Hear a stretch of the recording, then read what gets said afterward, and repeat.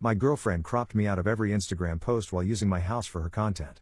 When asked why, she smirked, "You should be grateful I even date you." I didn't argue, just went silent. 2 weeks later, she was outside crying. I'm 35, just your average dude sorting mail at the post office. Been doing it for 17 years now. Nothing fancy about it, just putting the right letters in the right boxes, clocking in, clocking out. But it pays the bills, gets me those sweet federal benefits, and I've got time for what I actually care about, pottery. Yeah, pottery. Go ahead and laugh. My buddies do. Call it my old man hobby. But there's something about taking a lump of clay and turning it into something useful with my hands that just hits different. My grandpa taught me in the same garage where I do it now, the house I inherited when he passed. So it's not just a hobby, it's a connection to him. Anyways, I met that girl, I'll call her Amber, at my buddy Jason's cookout last summer. She was this absolute knockout. 26. Perfect skin. The kind of girl who knows exactly how good she looks. Way out of my league. I was hanging by the grill when she walked up.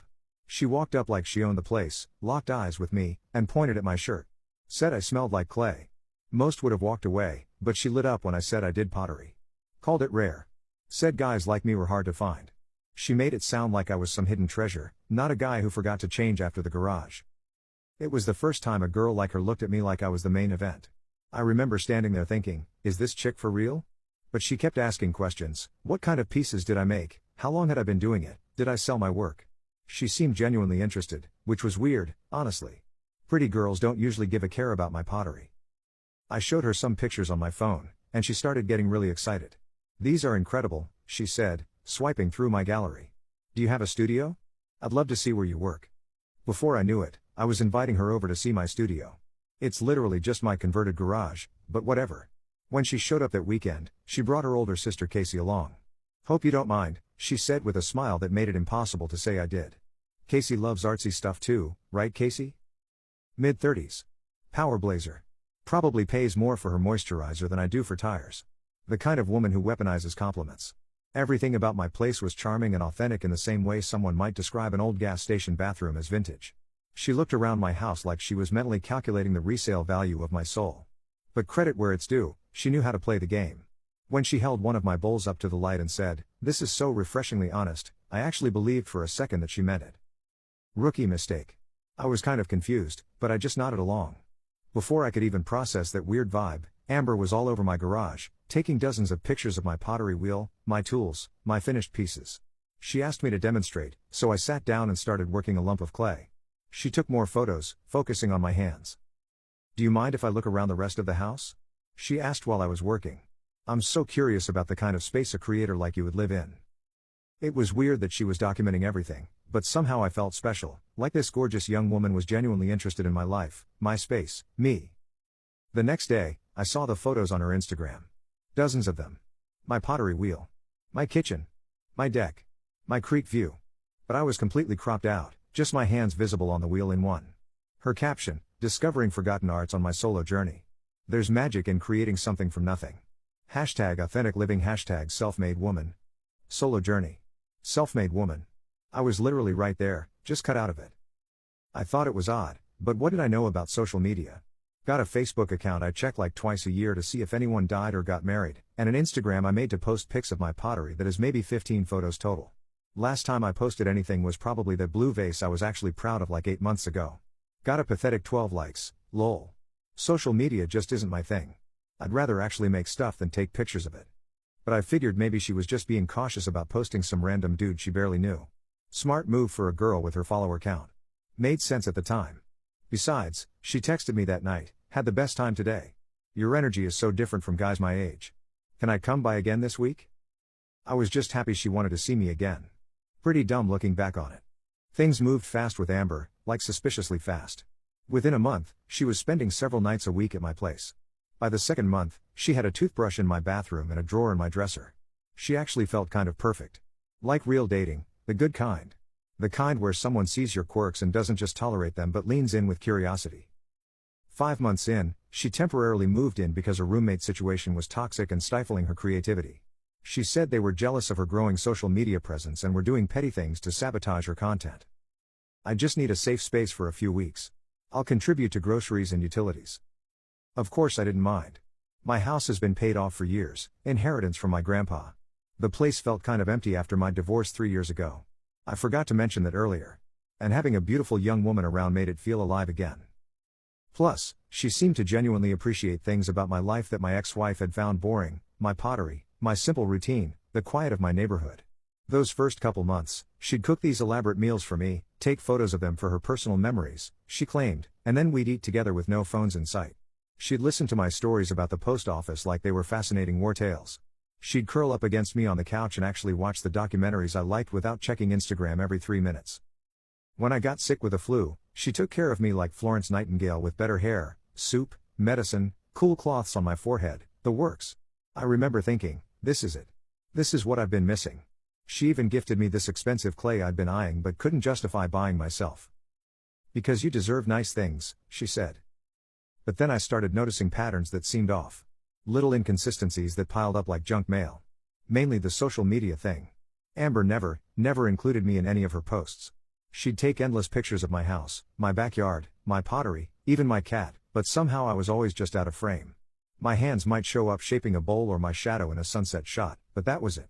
Not a single photo with me, and not even one of those soft launch boyfriend glimpses girls usually post when they're trying to be cool. When asked why, she smirked, "You should be grateful I even date you." I didn't argue, just went silent. 2 weeks later, she was outside crying. At first I brushed it off, thought maybe she was just private or didn't want to make things internet official too soon. But as the weeks went on and her follower count jumped to 45K, it started to feel weird, like calculated weird. Her captions talked about her cozy craftsman bungalow and how she had discovered pottery as a mindfulness practice. Followers commented about how peaceful and inspiring her solo lifestyle seemed. Meanwhile, I was right there in the kitchen making us breakfast, in the garage teaching her how to throw clay, paying the electric bill on the house she claimed as hers online. I let it stew for a while, gave her the benefit of the doubt. But the more I saw her crafting that picture-perfect single girl aesthetic with my life as the backdrop, the more it messed with me. I wasn't trying to be Insta-famous, I just didn't get why she had to erase me like that. So one morning over breakfast, I finally asked about it, casually, and she sighed like I didn't get how the world worked. "Babe, my followers are there for me and my journey," she explained slowly, as if talking to a child. "They relate to me as an independent, self-discovered woman.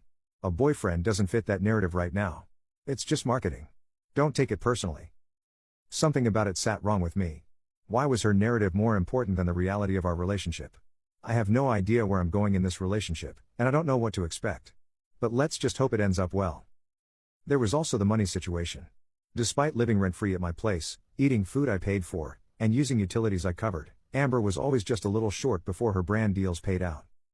"Can I borrow $50 for Uber today? Got a meeting with this skincare brand, they're going to send me like 500. Or, hey, can you spot me 70 until Friday? My payment from the resort promotion is delayed." Never large amounts. 50 here, 70 there, with promises to pay me back that somehow never happened. Yet she always had money for ring lights, new outfits, and skincare products. Casey would visit once a week for what they called strategy sessions. They'd sit on my deck drinking my imported seltzers, using my Wi-Fi, planning what they called Amber's content calendar. I'd bring them snacks sometimes and they'd immediately shower me with compliments.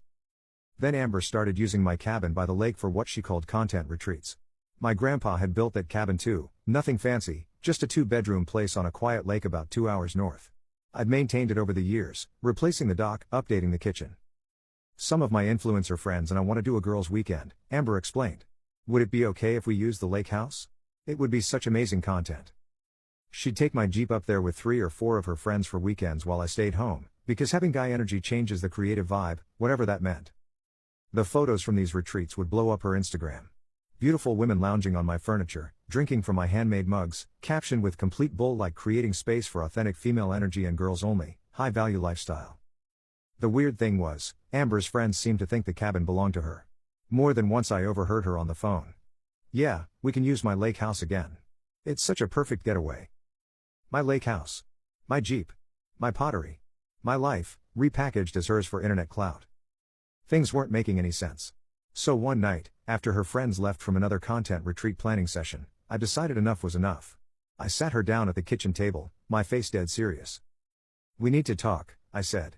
"I've been noticing how you refer to my property when you talk to your friends." She looked up from her phone, surprised by my tone. "What do you mean?" "I mean how you tell everyone that my cabin is your lake house. How my Jeep is your car. How my pottery is your creative outlet." "Oh, that's just shorthand," she laughed, waving her hand dismissively. It's easier to explain to them. Is it? Or is it because you're building a brand around things that don't belong to you? She shifted uncomfortably in her seat. Mark, come on. It's not that serious. It is to me, I said, not raising my voice but not backing down either.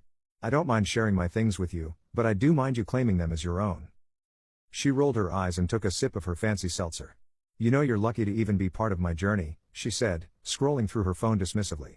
Most men couldn't handle a woman like me. They get intimidated by ambition. That was it. No hesitation. No second guessing. Something clicked right then. I didn't respond, just stared at her directly, letting the weight of her words hang in the air between us. After about 10 seconds of silence, she looked up and caught my gaze. Something in my expression must have registered, because her face immediately changed. I didn't mean that, she backpedaled quickly, putting her phone down. That came out all wrong. I was just joking. I nodded slowly. Got it. And I walked into the kitchen. That's all she got. Because something in me had already shifted. She wasn't going to change, and I wasn't going to let this drag on until it crashed and burned. I'd seen this story before. This time I was the one writing the ending. That night, I sent one email to the partnerships department of the 2 biggest brands she was tagging. I attached property records, time-stamped photos of me throwing clay, and screen grabs of her calling my home her Craftsman bungalow. The brand deals dried up. Then I sat on the patio by myself while she filmed herself journaling for a reel. I started thinking, how fast can I remove her from my accounts? Can I change the locks on the cabin without her noticing? Would she try to play the victim if I made her leave, or worse, spin it into content? She was smart. Slippery, too. I couldn't just confront her head on, not yet. I needed receipts, leverage. A clean break. As I was planning this, just a few days later, the universe served up confirmation. It was a Sunday morning. She was still asleep. I needed to check the time, but my phone was charging across the room. Amber's was right there on the nightstand, so I picked it up. The screen lit up with a notification, a comment from someone named Jessica. Dying at that snoring video. Dump him, girl. Snoring video? What on? I opened her Instagram. There it was. A video of me asleep, mouth open, snoring. Posted at 2 a.m. caption, "This is what settling looks like, ladies. Boomer energy. Upgrade your standards." The comment section was filled with laughing emojis and women tagging their friends. Girl, you need to run. I recognized Casey's username in the comments. Told you to run months ago. When asked why, she smirked, "You should be grateful I even date you." I didn't argue, just went silent. 2 weeks later she was outside crying. The fall was fast.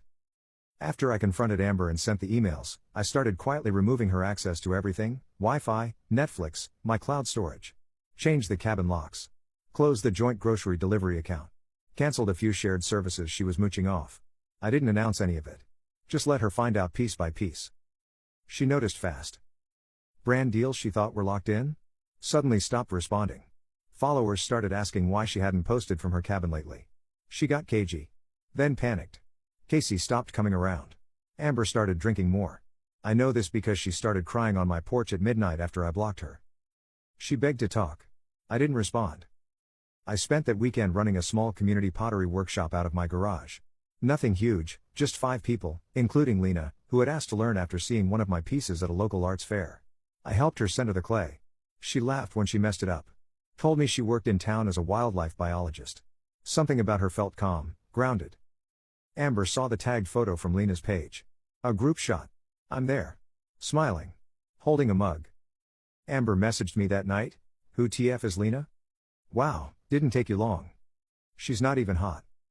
She left 9 messages. Deleted 6. Sent more. I didn't reply.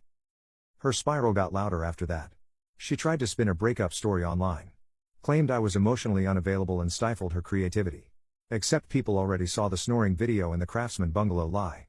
A local photographer who'd done a shoot at my lake cabin called her out in the comments. "You told me this was your family's place." She lost followers fast. Turns out, when your brand is authenticity, you can't be caught lying about everything. She tried rebranding. Changed her handle. New color scheme. Talked about growth through pain. Nobody cared. Last I checked, she was down to 12K followers and dropping. Her parents came by to pick up her stuff. Her dad apologized. Her mom glared at me like I'd stolen her daughter's destiny. I handed over 2 boxes. That was all she had actually left at my place. Everything else she'd used for content was mine. Lena and I kept in touch. She came by again. Then again. We didn't rush it. Just made mugs and talked about birds and clay. When I posted a photo of her holding her first finished vase, I didn't crop myself out. I didn't have to. She tagged me without asking. Amber commented on that post from a burner account. Lol, enjoy being boring. Lena read it and laughed. She's obsessed with you, she said. More like obsessed with what she lost. I didn't lose anything. I got my peace back. I got my house back. I got my identity back. And maybe, slowly, something even better. Amber built a brand on a lie. I built a life on clay and honesty. And the truth stuck. The last message she ever sent me said, I made you. I looked around at the kiln, the cabin, the garage full of real people shaping clay with their hands, and just smiled. No. I made me.